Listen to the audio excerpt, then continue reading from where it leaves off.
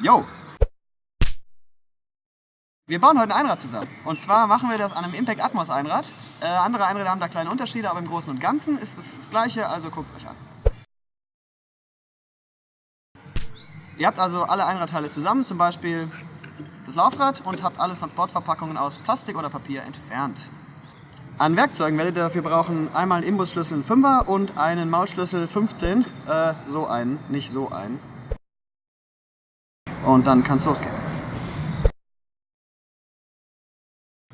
Einräder haben spezielle Teile für links und rechts. Pedalen, Kurbeln, Gabel sind so die größten, wo man darauf achten sollte, dass die anständig ausgerichtet sind. Bei der Gabel angefangen hat hinten eine Aussparung und Sticker rechts und links, die angeben, auf welche Seite die jeweilige Seite gehört. Bei den Kurbeln sind manchmal Sticker drauf, häufig aber nicht. Wenn man wissen will, dass man da auf der richtigen Seite ist, innen auf den Kurbeln ist eine Prägung mit den Buchstaben L oder R. Also da mal reingucken. Bei den Pedalen ist die gleiche Prägung am Gewinde. Also in der Nähe des Gewindes, seitlich oder zentriert drauf. Ganz wichtig beim Einradzusammenbau, darauf zu achten, dass die Seiten richtig eingebaut sind. Sonst macht man sich dann nämlich tatsächlich das Einrad komplett kaputt, bevor man es überhaupt gefahren ist.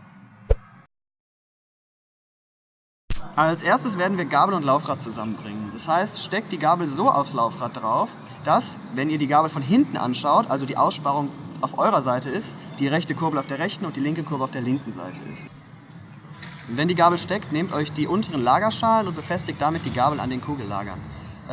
Die Lagerschalen sind identisch, da könnt ihr also nichts falsch machen, was links und rechts angeht. Wichtiger Tipp an der Stelle, steckt die Schraube von unten durch die Lagerschalen und setzt oben Unterlegscheibe und Mutter drauf. So kann das Gewinde der Schraube nicht kaputt gehen, wenn man Tricks macht, bei denen man auf der Kurbel oder auf der Gabel unten landet. Also beispielsweise bei Stalls oder bei Grinds hilft das, die Langlebigkeit des Einrads ein bisschen zu erhöhen.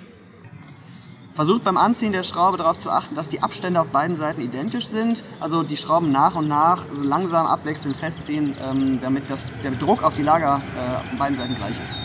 Wenn alles fest ist, gebt dem Rad mal einen ordentlichen Schwung und schaut, wie lange sich's dreht. Wenn sich das wie hier gerade nur relativ kurz dreht und schnell stoppt, dann sind die Lagerschalen zu festgezogen. Dann löst die wieder ein kleines bisschen und probiert das nochmal. Dabei dürfen die Lagerschalen natürlich nie so lose sein, dass sie sich von Hand bewegen lassen. Also am besten genau so festziehen, dass die gerade eben wirklich fest sitzen. Als nächstes nähern wir uns dem Sattel. Dafür muss erstmal die Sattelklemme auf die Gabel drauf. Bei dieser Sattelklemme gibt es tatsächlich oben und unten. Die obere Seite hat eine leichte Verdickung, damit die, wenn sie drauf ist, nicht direkt nach ganz unten durchrast bei der Gabel. Guckt also da, dass ihr mit der größeren Öffnung sozusagen auf die Gabel drauf gesteckt wird.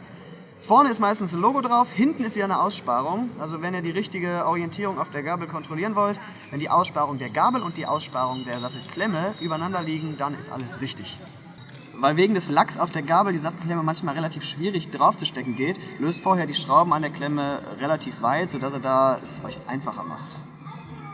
Wenn ihr die Klemme dann auf der Gabel habt, zieht die Schrauben nicht direkt wieder fest, sondern nutzt die Gelegenheit und steckt direkt den Sattel samt Sattelstütze damit rein. Achtet auch darauf, dass der Sattel wirklich nach vorne zeigt, also das dünne Ende mit dem Griff ist vorne. Zieht die Klemme übrigens ordentlich fest. Ist ziemlich unangenehm, wenn sich beim Fahren der Sattel verdreht.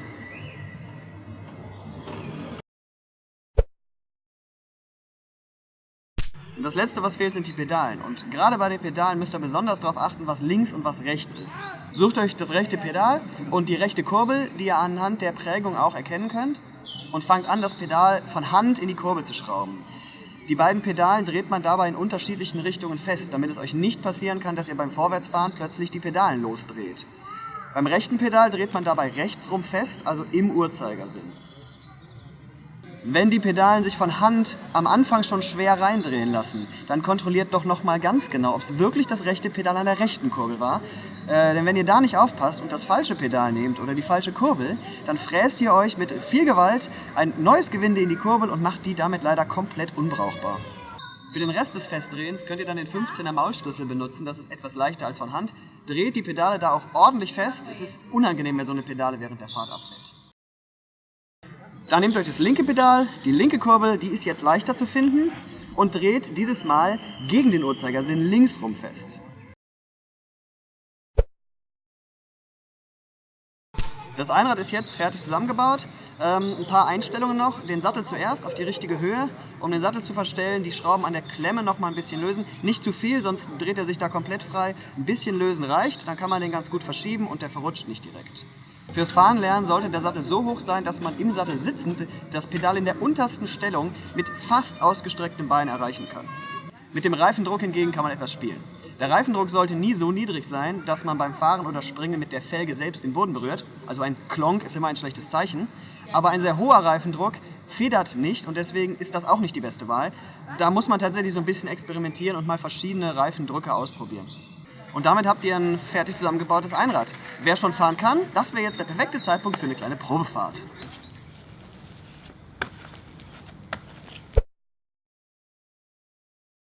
Ein paar Worte noch zur Wartung. Checkt regelmäßig, ob alle Schrauben tatsächlich noch fest angezogen sind. Beziehungsweise, wenn ihr fahrt und irgendwas fühlt sich lose an, steigt ab und checkt das mal. Das gilt besonders für die Lagerschalen, für die Pedalen und für die Schrauben unter dem Sattel. Die lösen sich ganz gerne mal. Ich hoffe, ihr konntet mit dem Video erfolgreich euer Einrad zusammenbauen.